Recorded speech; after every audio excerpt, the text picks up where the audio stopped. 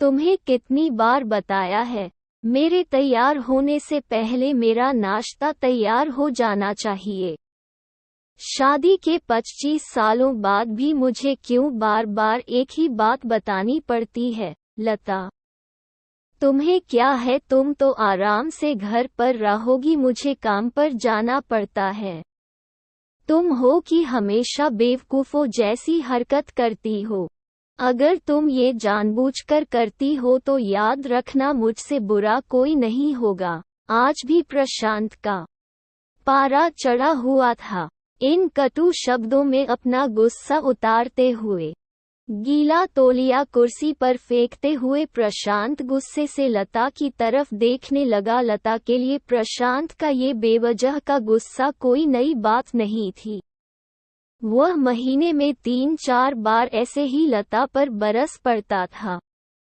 पहले पहले लता उसका विरोध किया करती थी, लेकिन जब कई सालों तक प्रशांत में कोई बदलाव नहीं दिखा तो लता ने खुद को ही बदल दिया। अब प्रशांत के कुछ भी कहने से लता को कोई फर्क नहीं पड़ता था।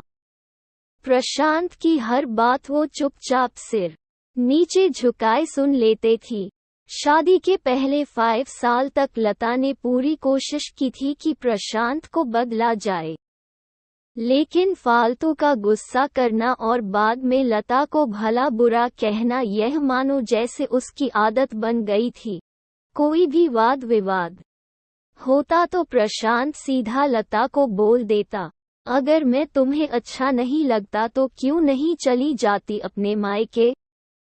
क्यों रहती हो मेरे साथ?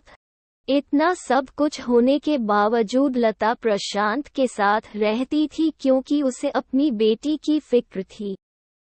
और वह जाती भी तो कहा, अपने बूढ़े हो चुके माँ बाप को इस उम्र में परेशान करना वह नहीं चाहती थी। समाज और लोग क्या कहेंगे, ये भी तो उसे देखना था। वह इतनी पढ़ी लिखी भी तो नहीं थी कि खुद जाकर कोई नौकरी कर सके और अपना और अपनी बेटी का पालन पोषण कर सके। लता को अब अपनी फिक्र नहीं थी। उसको फिक्र थी तो बस अपनी शादी लायक हो रही बेटी की। लता नहीं चाहती थी कि पति पत्नी के झगड़े की वजह से काव्या डिस्टर्ब हो। काव्या की पढ़ाई पूरी हो चुकी थी, उसके लिए अब शादी के रिश्ते आने लगे थे। कई रिश्तों को काव्या ठुकरा चुकी थी। 2-3 महीने बाद एक अच्छा रिश्ता आया।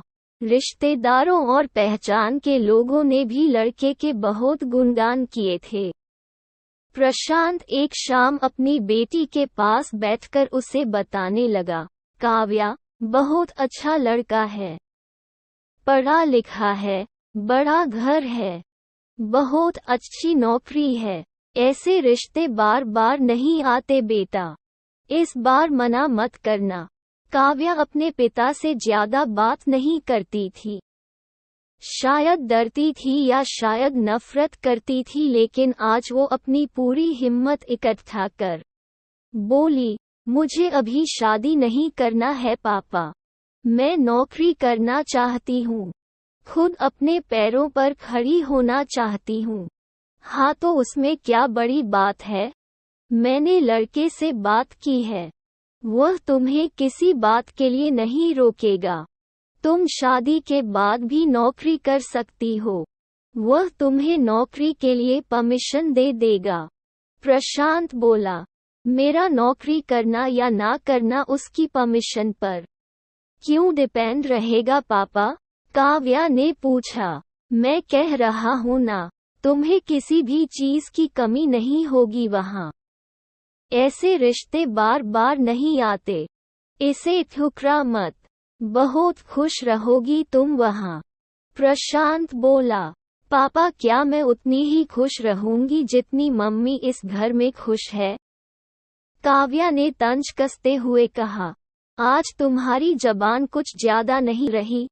प्रशांत गुस्से से आंखें बड़ी करते हुए बोला, पापा मुझे शादी ही नहीं करनी है, क्योंकि शादी के बाद अगर वह लड़का आपके जैसा निकला तो मैं क्या करूंगी? मुझे आपके जैसा जीवन साथी नहीं चाहिए जो बिना बात के मुझ पर हमेशा चिल्लाए।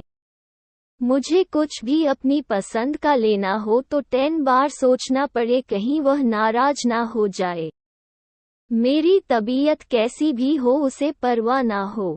रोटी थोड़ी सी मोटी बन जाए तो घर सर पर उठा ले।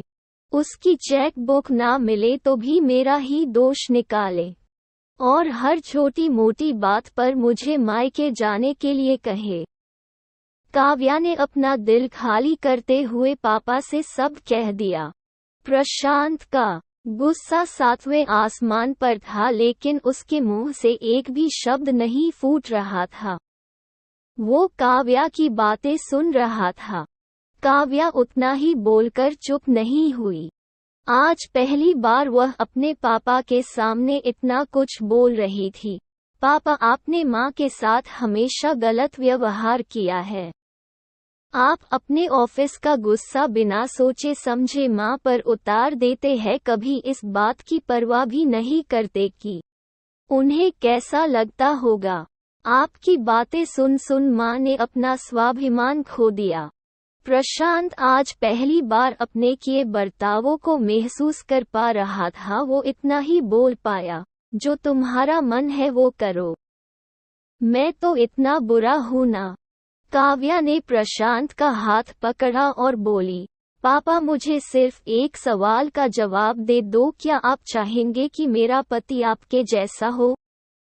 अगर आपका जवाब हाँ है तो कर दीजिए मेरा रिश्ता आज ही, और ना है तो मुझे आत्मनिर्भर बनने दीजिए। प्रशांत कुछ भी ना बोल पाया और वहां से चुपचाप बाहर चला गया। आज उसे लता के सामने जाने में शर्म आ रही थी। चलते चलते उसकी आंखों से आंसू बह रहे थे। प्रशांत ने आज से अपने आप को बदलने का निश्चय किया। अगले दिन से लता ने अपने पति में काफी बदलाव देखा। वह सोचने लगी कि जो हिम्मत काव्या ने दिखाई है वह हिम्मत अगर मैं पहले ही दिखा देती तो शायद आज परिस्थिति कुछ और होती। अब काव्या पढ़ लिख कर अच्छी नौकरी करने लगी थी और 3 साल बाद उसके लिए एक अच्छा रिश्ता आया और उसकी विदाई पर प्रशांत बोला, बेटा तू हमेशा खुश रहेगी क्योंकि तेरा पति तेरे बाप जैसा नहीं है। प्रशांत की यह बात सुनकर लता और काव्या की आंखों से आंसू बहने लगे।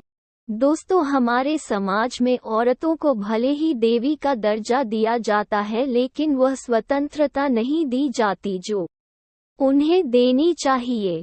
उन्हें बचपन से ही बताया जाता है कि वह पराया धन है। स्कूल से आने में देर हो जाए तो पिटाई मिलती है। मोबाइल पर बातें करते हुए दिख जाए या खिड़की से झांकते हुए दिख जाए तो शक किया जाता है। माँ बाप का घर तुम्हारा नहीं है, पति का घर ही तुम्हारा घर है।